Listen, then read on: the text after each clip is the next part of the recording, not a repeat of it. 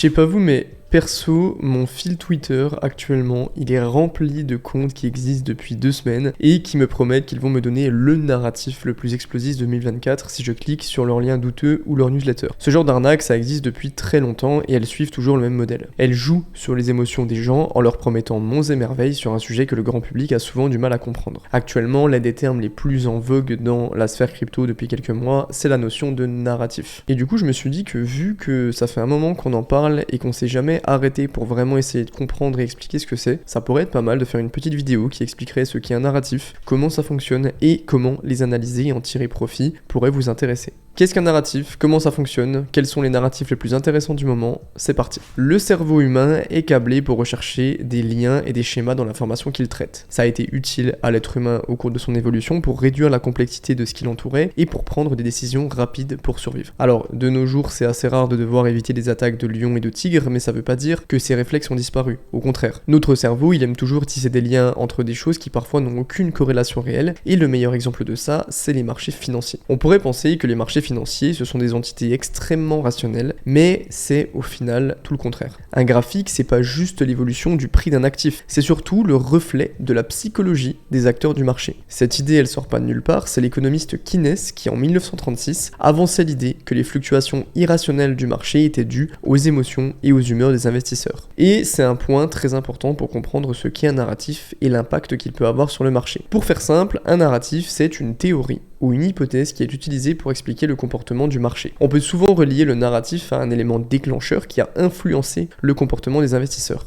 Un exemple récent que vous connaissez, c'est l'explosion des crypto-monnaies qui sont liées à l'intelligence artificielle juste après la sortie de ChatGPT. C'est avec la sortie de ChatGPT que le grand public a pu se rendre compte pour la première fois de l'utilité réelle que peuvent avoir les IA et de la synergie qu'il pouvait y avoir avec les blockchains. La peur de rater le train a fait FOMO les investisseurs dans tous les coins qui étaient de près ou de loin liés à l'intelligence artificielle, ce qui a fait que littéralement tous les tokens qui étaient dans ce narratif IA ont largement surperformé le marché. Dans ce genre de moment, le schéma de pensée des investisseurs classiques, il est souvent très rudimentaire. Première étape, waouh, l'IA c'est trop bien, ChatGPT c'est incroyable, c'est le futur. Deuxième étape, ok c'est le futur, mais du coup, comment je peux en profiter et gagner de l'argent grâce à ça? En plus de ça, il faut vraiment bien comprendre que à ce moment, tout le monde commence à parler de ChatGPT et d'IA sur les réseaux, ce qui pousse les investisseurs à vouloir agir aussi vite que possible pour arriver avant la masse et la boucle du FOMO est finalement enclenché. C'est cette précipitation qui fait que même les projets les moins qualitatifs ont explosé, vu que les investisseurs faisaient très peu, voire pas du tout de recherche, mais étaient surtout drivés par la peur de rater le train énorme qui passait devant eux. Un narratif en crypto, c'est donc un secteur, une niche dans la niche qui attire l'attention à un instant T pour plusieurs raisons possibles, que ça soit des grosses innovations, des nouveaux projets très influents qui émergent dans cette branche, ou simplement, parfois, pour de la spéculation. Qui dit attirer l'attention, dit attirer des liquidités, ce qui va permettre de mettre le narratif en lumière puisque les projets à l'intérieur vont surperformer le marché. Du coup, au final, un narratif, c'est simplement un secteur des cryptos qui surperf. Les Layer 1 performent, on va avoir le narratif des Layer 1. Les jetons gaming performent, narrative gaming, etc. Et ce qui est très intéressant, je trouve, c'est qu'on peut largement essayer d'exploiter ce narratif pour en tirer des profits parce qu'il y a des patterns et des schémas qui se ressemblent très fortement. À côté de ça, il y a aussi des narratifs qui sont beaucoup moins explosifs que celui de l'IA parce qu'ils sont beaucoup plus niches. Et en règle générale, ces narratifs, ils sont sous les radars pendant un long moment avant d'attirer l'attention des gens. Dans ce cas, le déclencheur, c'est souvent que des créateurs de plus en plus gros en parlent et attirent donc de plus en plus de monde. Depuis ma vidéo d'Épine qui a fait genre 35 000 vues, j'ai vu énormément de nouvelles personnes mentionner ce narratif en France, les meilleurs projets qu'il y avait à l'intérieur, etc. Alors que c'était pas forcément celui qu'on entendait le plus à l'époque. Et cette mécanique, elle est particulièrement vraie pour les narratifs un petit peu plus techniques, qui sont plus compliqués à comprendre pour le grand public et qui nécessitent un degré supplémentaire de vulgarisation. Ça concentre un peu les clés du pouvoir vers ceux qui ont la connaissance et la capacité de compréhension suffisante pour l'expliquer, comme c'est le cas par exemple de la hype qu'on a autour de la modularité ou de la quant abstraction. Dans tous les cas, la hype autour d'un narratif, elle suit toujours le même schéma. Dans un premier temps, les investisseurs les plus expérimentés qui ont fait leurs recherches identifient un narratif et se placent sur les leaders de ce narratif, les projets qui sont les plus capitalisés, qui sont un petit peu la vitrine de ce secteur. Dans le narratif de l'IA, les gros leaders, c'est clairement Render, Fetch.ai et BitTensor de plus en plus aussi. Ces jetons, donc les leaders du narratif, ils vont commencer à gagner en traction abstraction, et le prix va monter. Derrière, ça va quand même commencer à faire pas mal de bruit, ça va attirer pas mal de liquidité dans ce secteur, et cette liquidité, elle va se recycler, puisque les investisseurs ont gagné de l'argent, il va y avoir de la nouvelle liquidité qui arrive. Et cette nouvelle liquidité, elle va créer une deuxième vague d'investisseurs qui vont arriver, qui vont se positionner cette fois, non pas que sur les leaders, mais aussi sur les projets de tiers 2, comme on pourrait les appeler, qui sont un petit peu moins capitalisés et qui sont moins connus et un peu plus bas sur la liste, qui eux aussi vont profiter de cet afflux de liquidité. Et là, on franchit généralement la barrière de la masse. Tout le monde dans les cryptos vont voir ce qui se passe et s'y intéresser. Mais ça sera souvent trop tard, les projets de qualité auront déjà explosé, et le combo pas de point d'entrée plus énormément de liquidité va entraîner la suite du cycle. Les projets les moins capitalisés, voire les shitcoins, vont bénéficier du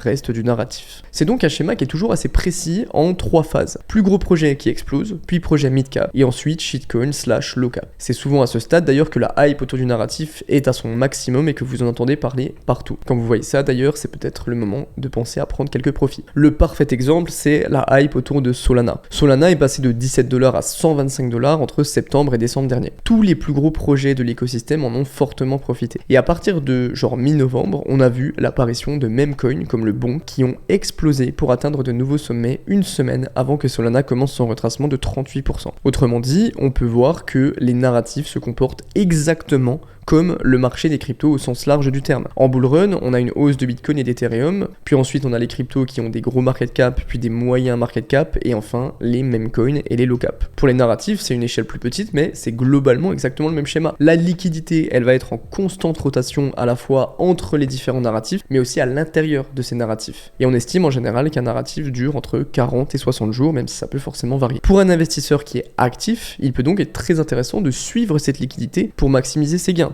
Mais du coup, pour faire ça, encore faut-il être capable de détecter les futurs narratifs assez tôt. Du coup, comment identifier et analyser un narratif? La plupart des narratifs, ils ont un point commun. Ils règlent un problème ou ils comblent un besoin à un instant T. C'est ce facteur qui va déterminer s'il y aura de la demande pour le produit. Si on reprend l'exemple de l'IA, la demande des crypto-IA, elle est tellement énorme parce que c'est une technologie majeure qui peut avoir des applications dans presque tous les domaines, que ce soit la recherche, la médecine, l'automatisation des tâches, même des applications qu'on n'a pas encore découvert à l'heure actuelle. Mais il faut aussi relever que cette demande, elle a eu un élément déclencheur. Cet élément déclencheur, c'est ChatGPT, qui a montré ce besoin à la Terre entière. Au dernier bull run, on a eu droit au DeFi Summer. La plupart des protocoles DeFi ont explosé parce que les gens ont découvert qu'il était possible de répliquer les instruments de la finance traditionnelle et de générer des rendements de manière décentralisée. Dans les deux cas, ces narratifs, ils ont comblé un besoin. Mais ce qui fait leur spécificité, c'est qu'ils l'ont comblé à l'aide d'une nouvelle technologie et d'un élément déclencheur. Et c'est souvent le mélange de ces deux facteurs qui crée ce cocktail explosif. Identifier un besoin, c'est ce qu'il y a de plus compliqué dans une analyse de narratif. Ça demande du temps, ça demande de la réflexion pour arriver avant les autres, et forcément, si l'élément déclencheur est trop évident, ça risque d'attirer trop de monde avant vous. C'est pas pour autant qu'on manque de problèmes à résoudre dans l'écosystème. Tout le monde s'est déjà dit que, par exemple, sécuriser son wallet en notant la seed phrase sur un bout de papier, c'était pas pratique et c'était dangereux. Et pourtant, ça fait pas longtemps qu'on entend parler d'account abstraction. Et d'ailleurs, ça m'arrangeait qu'on en parlait pas parce que c'est trop dur à dire ce putain de mot. La difficulté, c'est qu'il n'y a pas non plus de schéma clair pour trouver un narratif avant tout le monde. C'est une science très inexacte. Je dirais quand même que le combo parfait du narratif explosif, c'est une nouvelle technologie qui comble un besoin avec un élément déclencheur vraiment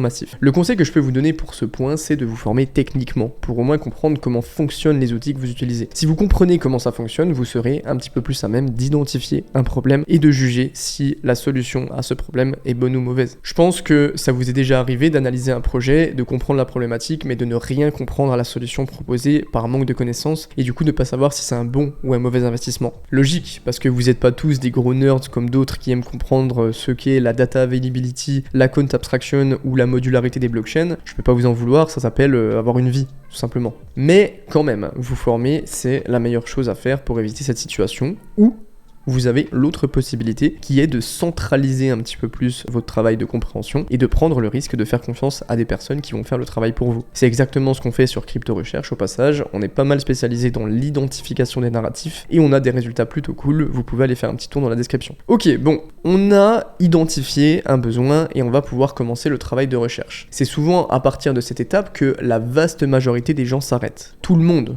peut identifier un domaine. C'est beaucoup plus dur par contre d'avoir le recul de savoir s'il est clairement possible de résoudre ce problème avec les solutions existantes et si la résolution de ce problème est valorisable. Parce que ça c'est important. Si on a un problème dont la résolution n'apporte aucune valeur et que personne n'est prêt à payer pour résoudre ce problème, on s'en fout, parce que la résolution du problème n'a aucune valeur. Et à partir de là, c'est important d'essayer de trouver le plus d'informations que possible sur le sujet en vous servant de tous les outils à votre disposition. Faites un petit tour sur CoinGecko et CoinMarketCap pour voir s'il n'y a pas déjà une catégorie qui répond à vos besoins et qui liste tous les projets de ce narratif. Si c'est le cas, c'est parfait. Sinon, continuez vos recherches sur les forums ou sur d'autres sites qui peuvent vous être utiles. Allez voir des vidéos. Vous pouvez aussi trouver pas mal d'informations intéressantes sur un site que j'utilise beaucoup qui s'appelle CryptoRank. Le site, il a un onglet catégorie qui est un petit peu moins fourni que celui des deux que je vous ai cités. Par contre, ils ont un onglet blockchain qui est très intéressant et qui vous permet de voir plein d'informations sur les différentes catégories de tokens et les différents narratifs à l'intérieur et les narratifs les plus en vogue actuellement. Vous pouvez y trouver des infos comme les parts de marché, l'évolution de la TVL, les blockchains qui ont le mieux ou qui ont le moins performé, etc.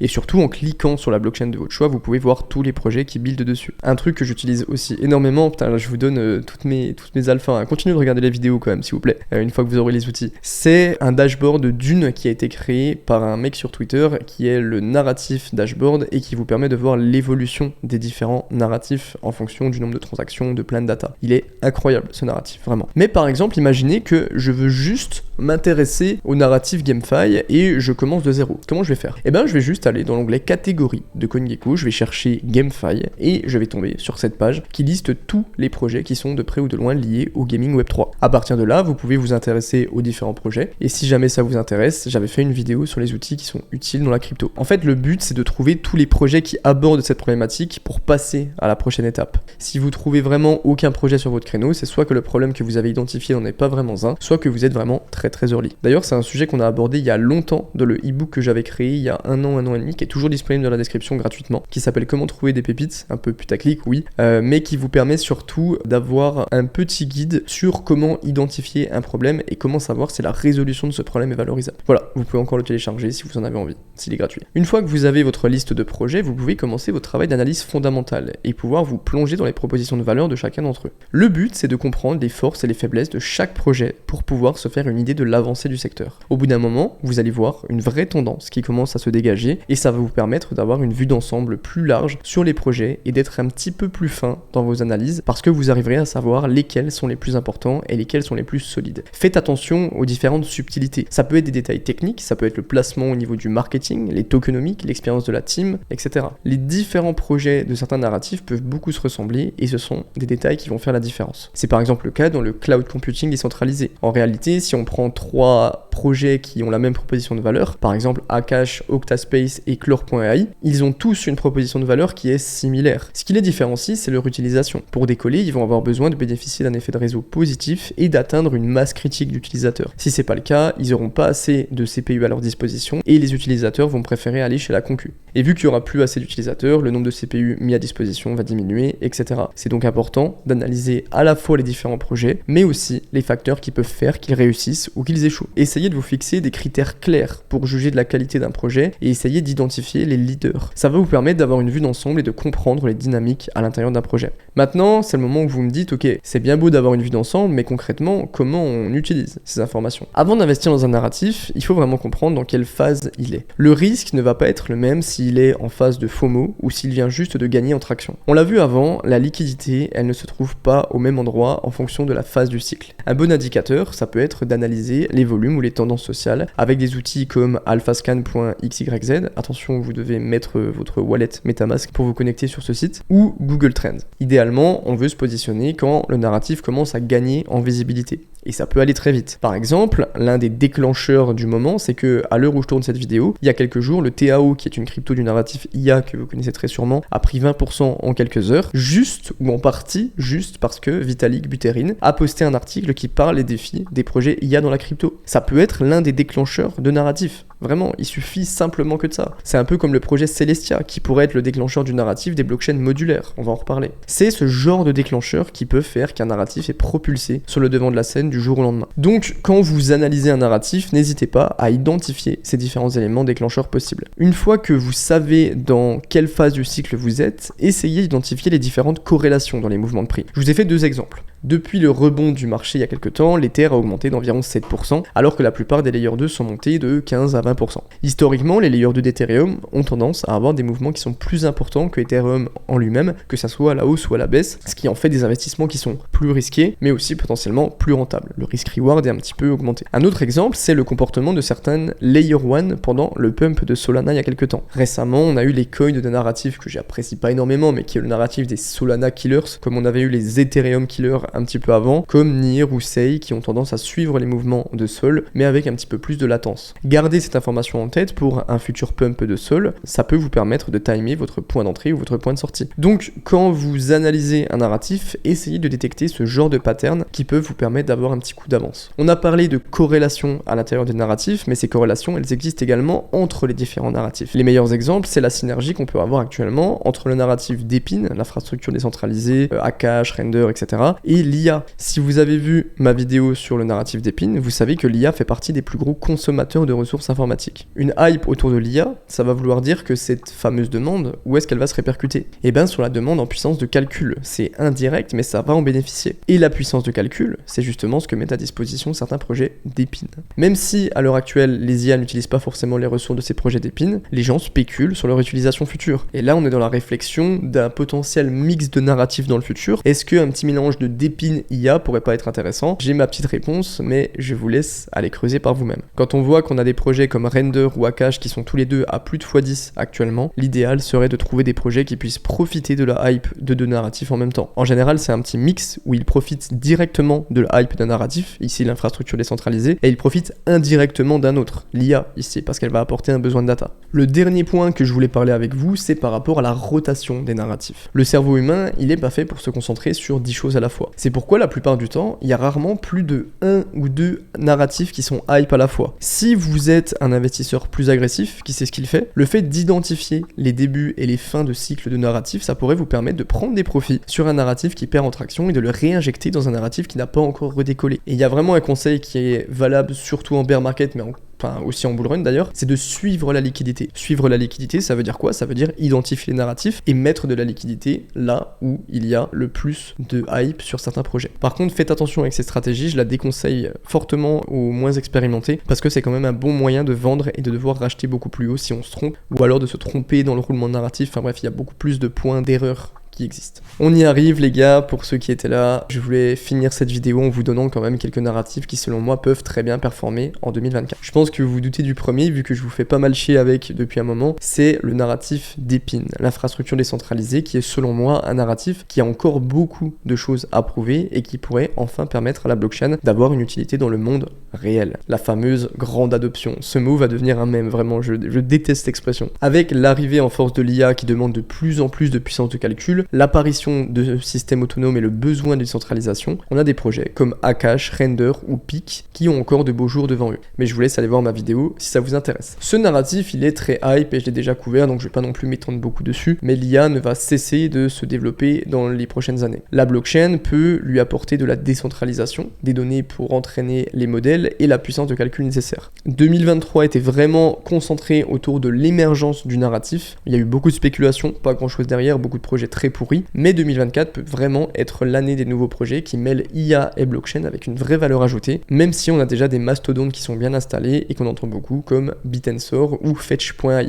Alors GameFi, c'est tout un débat. Je pense que je vais faire une vidéo complète dessus, mais je pense quand même, si on pèse le pour et le contre, que le narratif GameFi, donc le gaming sur la blockchain, est l'un des narratifs qui peut faire beaucoup de bruit en 2024. C'est l'un des secteurs qui a levé le plus de fonds en 2023, avec environ 2,3 milliards de dollars, mais le problème de ce narratif jusqu'à maintenant, c'est que la plupart des jeux qui étaient développés, c'était des jeux qui servaient uniquement à gagner de l'argent, sans réellement se concentrer sur l'aspect fun du jeu, et la seule chose que ça a fait, c'est de décrédibiliser très fortement la blockchain auprès des gamers qui littéralement ne veulent absolument pas entendre parler de GameFi tokenisation, sans compter que créer des tokenomics qui permettent à la fois aux joueurs et aux investisseurs d'y trouver leur compte, c'est quand même extrêmement difficile. Le système économique était globalement très mauvais, beaucoup de choses n'allaient pas, enfin bref, c'était chaud. Mais depuis un peu plus d'un an, on commence à voir des jeux potentiellement AAA qui sont encore en développement ou en bêta, comme Illuvium, Star Atlas, Big Time ou encore Shrapnel. Ces jeux, ils sont avant tout faits pour être jouables et pour être beaux, contrairement à avant et à l'horreur absolue qu'était Axie Infinity et compagnie. En fait, l'argument principal des gens sur le narrative GameFi, c'est qu'il faut qu'il y ait ce jeu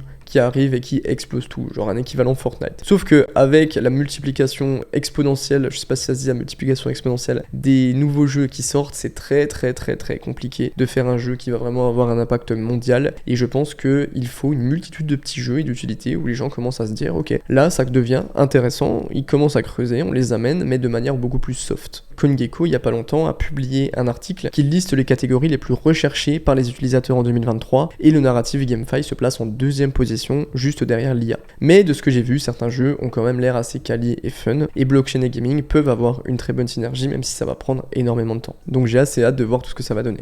Pour acheter et vendre, les utilisateurs ont le choix entre les exchanges centralisés et les exchanges décentralisés. Actuellement, les exchanges centralisés ont toujours plus de 95% des parts de marché, même si la plupart des gens disent qu'il faut fuir ces exchanges, etc. Ça n'a pas l'air de trop marcher. Mais l'affaire FTX a quand même laissé un petit goût amer dans la bouche de beaucoup de personnes. La possibilité que les DEX passent devant les SEX est presque nulle, mais il n'y a pas besoin de ça pour voir les jetons d'exchange décentralisés commencer à s'apprécier. L'utilisation des DEX, elle est de plus en plus simple, et à mesure que le bull run augmentera, le volume de ces plateformes risque d'augmenter lui aussi. Il peut donc être très judicieux de se placer sur les jetons de ces plateformes qui ont implémenté des mécanismes de capture de valeur, comme le burn ou la redistribution d'une partie des fees, comme le fait par exemple DYDX. Mais attention quand même au vesting. Pour conclure, je vais vous parler de tous les projets d'infrastructure. On a parlé de Gelato il y a quelques mois qui a très bien performé ces derniers temps, et à l'heure actuelle, les différentes technologies qui se construisent sur la blockchain manquent encore cruellement de maturité. Même si c'est mieux qu'au dernier bull run, le fait de bouger des fonds d'une blockchain à une autre, ça reste encore un enfer. L'écosystème actuel manque encore beaucoup de simplicité et d'efficacité. On entend souvent parler d'adoption de masse, mais la vérité c'est que aucune blockchain n'est actuellement capable de supporter autant de monde. Il y a évidemment des avancées majeures au niveau technologique, comme les coprocesseurs ZK ou l'account abstraction. Je déteste dire ce mot, à chaque fois je fais 1000 essais pour le dire, c'est terrible, mais les grosses innovations restent encore à venir. Mais par contre, je suis quand même assez convaincu que certains des plus gros narratifs du prochain bull run sont encore inconnus, ou encore vraiment sous les radars. C'est pour ça qu'il est important de rester concentré et d'être prêt à agir et à réagir rapidement quand l'occasion se présentera. C'était une vidéo sur les présentations de narratifs, j'espère qu'elle vous a plu. Si vous en avez envie, vous pouvez aimer et vous abonner. J'espère que vous avez passé un bon moment. C'était Yeril, prenez soin de vous et on se retrouve très bientôt. Ciao les gars.